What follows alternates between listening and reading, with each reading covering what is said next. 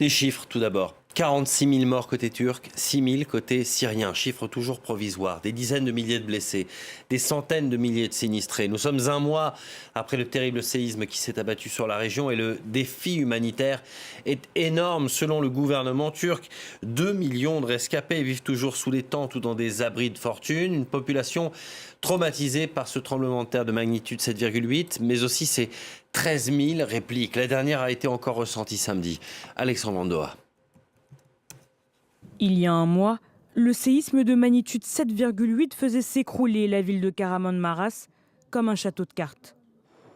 Aujourd'hui, les pelleteuses emportent les souvenirs de cette vie d'avant, charriant un grand nuage gris de poussière au-dessus de la ville martyre qui se trouvait à 2 heures de route de l'épicentre. Nous continuons à enlever les débris ici. Environ 200 à 250 tonnes de débris sont enlevées chaque jour. Plus de 50 000 personnes ont perdu la vie en Turquie et en Syrie. Le peuple turc dénonce la lenteur du gouvernement après le séisme. Certaines victimes avaient dû sortir à main nue des corps sans vie et des survivants. À 2 mois de l'élection présidentielle, Recep Tayyip Erdoğan a préféré faire amende honorable.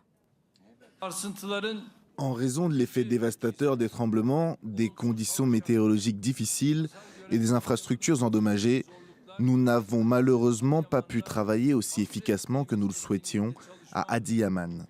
Je vous demande pardon pour cela. Côté syrien, plusieurs milliers de personnes sont toujours portées disparues. Les survivants, eux, comptent exclusivement sur l'aide humanitaire. Aide qui a mis du temps à parvenir aux victimes syriennes, notamment dans les régions du nord-ouest, tenues par les rebelles. Même avant le tremblement de terre, plus de 90% des Syriens vivaient dans la pauvreté. Les ONG du nord-ouest de la République arabe syrienne ont salué ma visite, mais ont exprimé leur déception que je sois le premier haut responsable de l'ONU à leur rendre visite depuis le début de la crise. Depuis près de 12 ans, la Turquie accueille quelques 3,5 millions de réfugiés syriens fuyant la guerre dans leur pays.